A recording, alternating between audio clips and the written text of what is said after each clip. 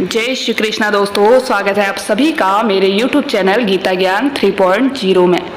दोस्तों, रोज की तरह फिर से हाजिर हो गई हूँ एक नया प्रसंग लेकर। आज का ये प्रसंग रामायण से जुड़ा हुआ है। दोस्तों, जुड़े रहिएगा वीडियो के अंत तक। दोस्तों, अगर आप इस चैनल पर नए हैं तो प्लीज़ इस चैनल को सब्सक्राइब कर दीजिएगा, क्योंकि यहाँ पर आपको महाभारत और रामायण से रिलेटेड दिलचस्प प्रसंग मिलते रहेंगे। चलिए आज के प्रसंग की बात करते हैं। कौन नहीं जानता कि रामायण में वनवास से लौटने के बाद माता सीता की पवित्रता पर सवाल उठने लगे थे। कई लोग अलग अलग तरह की बातें करने लगे थे और भगवान श्री राम को माता सीता को कई सालों तक छोड़ना पड़ा। रामायण की कथा में भगवान श्री राम और सीता के वियोग की कहानी सभी जानते हैं। दोस्तों, वनवास से लौटने के बाद एक मामूली से धोबी के कहने पर सीता को राम से अलग रहना पड़ा था। क्या आपको पता है दोस्तों कि ये सब एक तोते की वजह से हुआ था, जिसने माता सीता को अपने पति का वियोग झेलने का श्राप दिया था। दरअसल ये माता सीता के बचपन की कहानी है। दोस्तों, जब माता सीता छोटी सी बच्ची थी तब अपनी सखियों के साथ बाग में रोज खेला करती थी। तभी एक दिन माता सीता की नज़र एक तोते के जोड़े पर पड़ गई। दोनों आपस में कुछ बातें कर रहे थे। सीता जाकर उनकी बातें चुपके से सुनने लगी।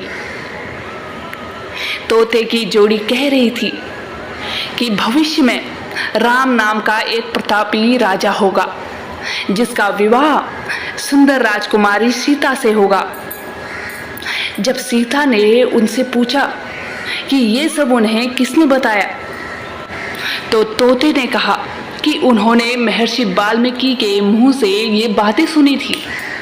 वे अपने आश्रम में शिष्यों को ये बात बता रहे थे। तब माता सीता ने कहा कि जिस राजकुमारी की आप बात कर रहे हैं वो मैं ही हूँ। ये सुनकर तोते घबरा गए।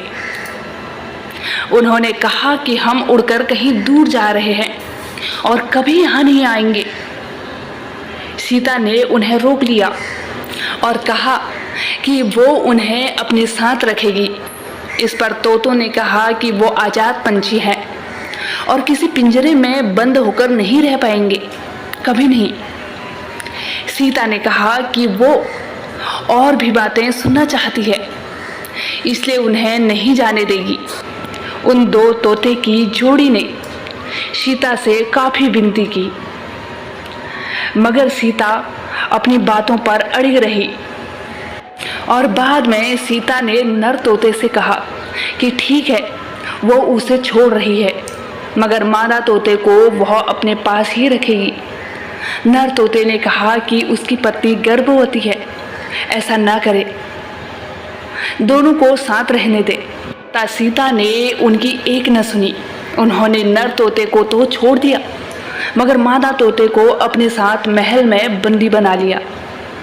नर तोता अपने साथी का वियोग सह न सका। उसने सीता को श्राप दिया कि जैसे आज वो अपने जीवन साथी का वियोग सह रहा है, उसी प्रकार सीता भी एक दिन अपने पति का वियोग सहेगी। कुछ समय बाद तोते ने अपने प्राण त्याग दिए। सीता को जब पता चला तो उन्हें बहुत दुख हुआ, मगर अब बहुत देर हो चुकी थी। कहते हैं कि इसी श्राप के चलते माता सीता को अपने पति श्री राम से दूर जाकर महर्षि वाल्मीकि के आश्रम में रहना पड़ा था और कई सालों तक एक दूसरे से अलग भी रहे। दरअसल श्री राम रावण का वध करके 14 वर्ष का वनवास खत्म कर सीता और लक्ष्मण के साथ अयोध्या लौटे थे। उसके बाद कुछ लोग सीता की पवित्रता पर सवाल उठाने लगे, कई बातें कहने लगे। एक दिन एक मामूली से धोबी ने भरी सभा में सीता की निंदा की। उसके बाद श्री राम ने प्रजा को ध्यान में रखते हुए अपनी पत्नी सीता को महल से बाहर निकालकर जंगल में रहने का आदेश दिया। उस समय सीता गर्भवती थी। माता सीता ने वाल्मीकि के आश्रम में ही अपने पुत्रों लव और कुश को जन्म दिया। कहते हैं कि जिस धोबी के कहने पर श्री राम को अपनी पत्नी को छोड़ना पड़ा, उनका वियोग सहना पड़ा, वो पिछले जन्म में वही तोता था जिसने सीता को श्राप दिया था। ये कहानी हमें ये सिखाती है दोस्तों कि हमारे कर्म चाहे वो बुरे हों या फिर अच्छे, हमारा साथ कभी नहीं छोड़ते। हमें अपने कर्मों का भुगतान इसी जन्म में करना पड़ता है, इसी लोक में करना पड़ता है। देखिए, इसीलिए इस बात का उदाहरण माता सीता और भगवान श्री राम बने हैं। हम तो एक तुच्छ मामूली इंसान हैं।